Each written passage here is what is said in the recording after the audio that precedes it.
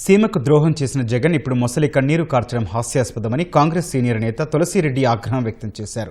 జగన్ అధికారంలో ఉన్నప్పుడే పోతిరెడ్డిపాడు లిఫ్ట్ ప్రాజెక్టుపై ఎన్జీటీ స్టే విధిస్తే అనుమతులు ఎందుకు తెచ్చుకోలేకపోయారని తులసిరెడ్డి ప్రశ్నించారు.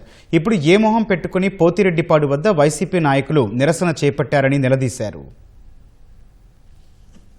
వైకాపా నాయకులు జగన్మోహన్ రెడ్డి రాయలసీమ పట్ల మొసలి కన్నీరు కార్చడం, కపట ప్రేమ ప్రదర్శించడం చాలా హాస్యాస్పదంగా ఉంది.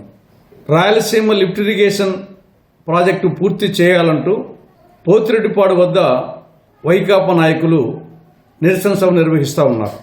ఇది చాలా విడ్డూరంగా ఉంది. జగన్మోహన్ రెడ్డి ముఖ్యమంత్రిగా ఉన్నప్పుడే జాతీయ హరిత ట్రిబ్యునల్ 2021 జూలై 7న రాయలసీమ లిఫ్ట్ ఇరిగేషన్ ప్రాజెక్టుకు పర్యావరణ అనుమతులు లేవని, దాని పనులు చేయవద్దని స్టే విధించింది. తర్వాత 3 ఏళ్ల పాటు వీళ్ళే అధికారంలో ఉన్నారు. మరి ఆ 3 ఏళ్ల కాలంలో గ్రీన్ ట్రిబ్యునల్ విధించినటువంటి ఆ స్టేను ఎందుకు వెకేట్ చేయించలేకపోయారు?